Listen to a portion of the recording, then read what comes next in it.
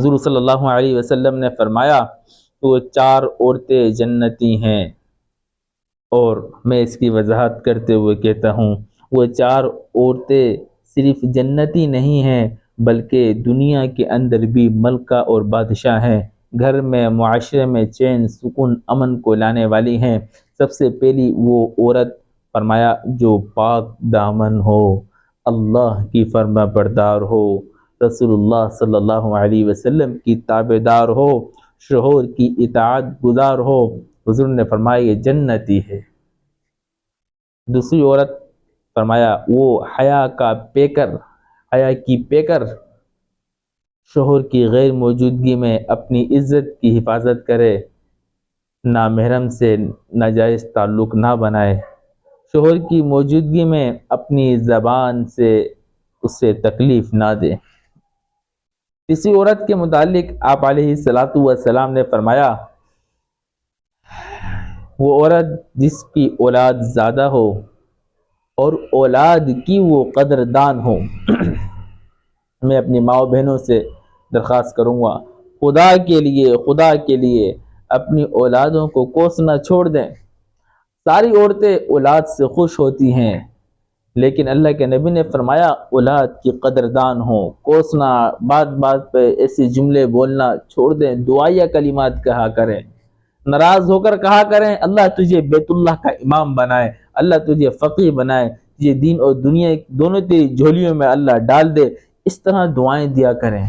فرمایا تیسری وہ خاتون ہیں جس کی اولاد زیادہ ہو اور اولاد کی قدردان ہو، جتنا مال شوہر دے اس پر صابر ہو، صبر کرے اور قناعت کرے اس پر۔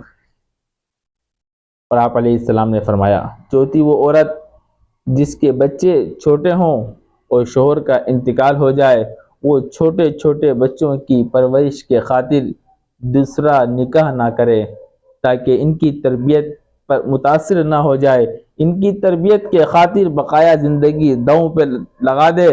حضور علیہ السلام نے فرمایا یہ 4 عورتیں جنتی ہیں۔ سبحان اللہ۔ اور وہ 4 عورتوں سے مراد 4 طرح کی صفاتیں فرمائی، یہ 4 عورتیں یہ جہنمی ہیں، جہنم میں جانے والی ہیں۔ جب جہنم میں جائیں گی سمجھے دنیا کے اندر اپنے آپ کو جہنم میں بنا دیا، اپنے معاشرے کو برباد کر دیا، اپنا شوہر جو صبح سے لے کے شام تک آپ کے لیے فکر میں ہے، آپ کی اولاد کے لیے کمانے کے چکر میں لگا ہے، اس کا دل دکھا دیا۔ یہ 4 عورتیں یہ معاشرے کی انتہائی خطرناک ہیں، معاشرے کو خراب کرنے والی ہیں۔ ان میں سے پہلی فرمایا وہ عورت جو زبان کی خراب ہو، بات بات پر تانے دینا، چھوٹی سی بات پر لڑ جانا، شوہر کے ہر سوال کا جواب دینا، ہر بات پر الٹا جواب دینا، کبھی اس کے بھائی کو، کبھی بہنوں کو، کبھی خاندان کو، کبھی اس کے ذات کو اس طرح کی باتیں بولنا۔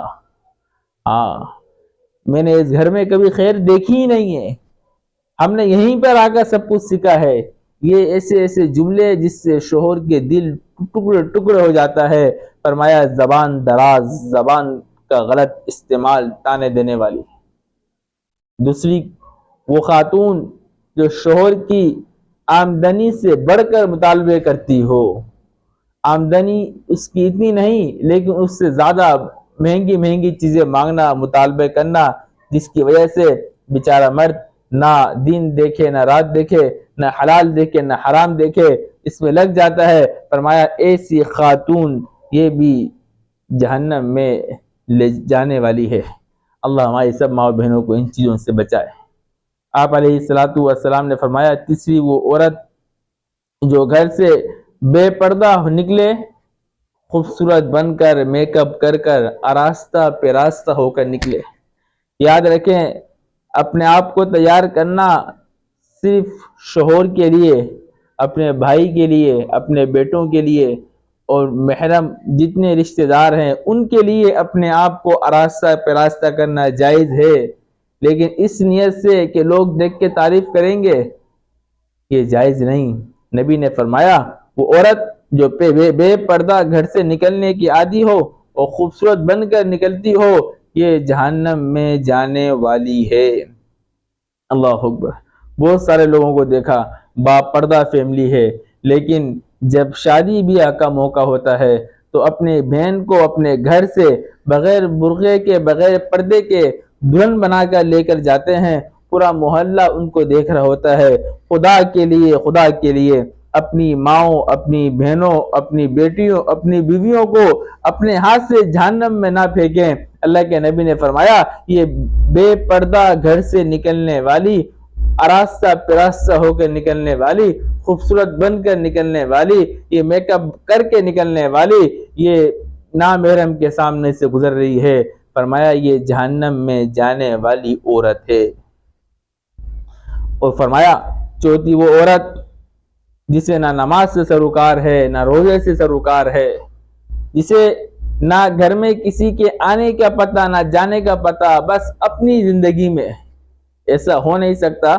حضور علیہ السلام نے 1400 سال پہلے فرمایا تھا، اس زمانے میں تو اس کا تصور بھی نہیں ہوگا، لیکن آج تصور ہو رہا ہے کہ بہت سی عورتیں گھر میں فیس بک اور واٹس ایپ اور ٹک ٹاک میں لگی ہیں، بچوں کا بھی پتہ نہیں گھر میں کیا ہو رہا ہے کیا نہیں ہو رہا، موبائل ٹیلی ویژن ویڈیو ان چیزوں میں لگی ہیں۔ اللہ کے نبی نے فرمایا اس طرح کی غافل عورت یہ بھی جہنم میں جانے والا کام ہے۔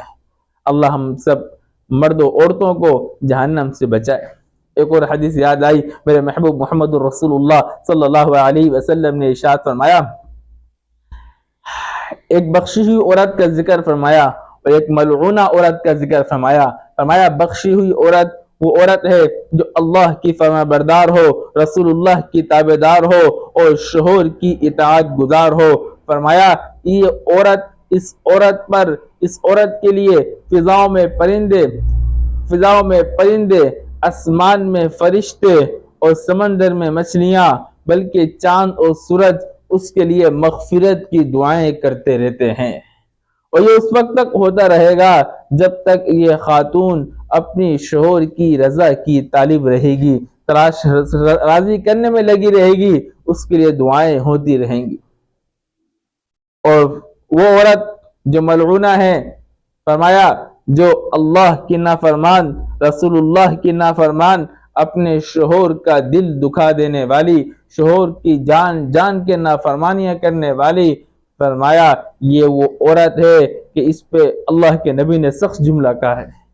زبان سے بولتے ہوئے بھی سوچنا پڑ رہا ہے، لیکن رسول اللہ صلی اللہ علیہ وسلم نے فرمایا وہ آپ عورتوں کے لیے امانت ہے۔ فرمایا جو اللہ کی نافرمان ہے، محمد مصطفیٰ کی نافرمان ہے، اپنے شوہر کی اطاعت نہیں کرتی، دل دکھا دیتی ہے، نافرمانیاں کرتی ہے، فرمایا حضور نے اللہ کی لعنت، فرشتوں کی لعنت، سارے انسانوں کی اس پر لعنت ہو۔ یہ حضور صلی اللہ علیہ وسلم بددعا دے رہے ہیں۔ لعنت کا مطلب اللہ کی رحمت سے دور ہو، جو اللہ کی رحمت سے دور تو ناکامی کے دہانے آ گیا۔ اس لیے اپنی گھر کی عورتوں کو تربیت دی جائے، اپنی بچیوں کو تربیت دی جائے، اللہ رسول کی اطاعت ہے، شوہر کی فرما برداری ہے۔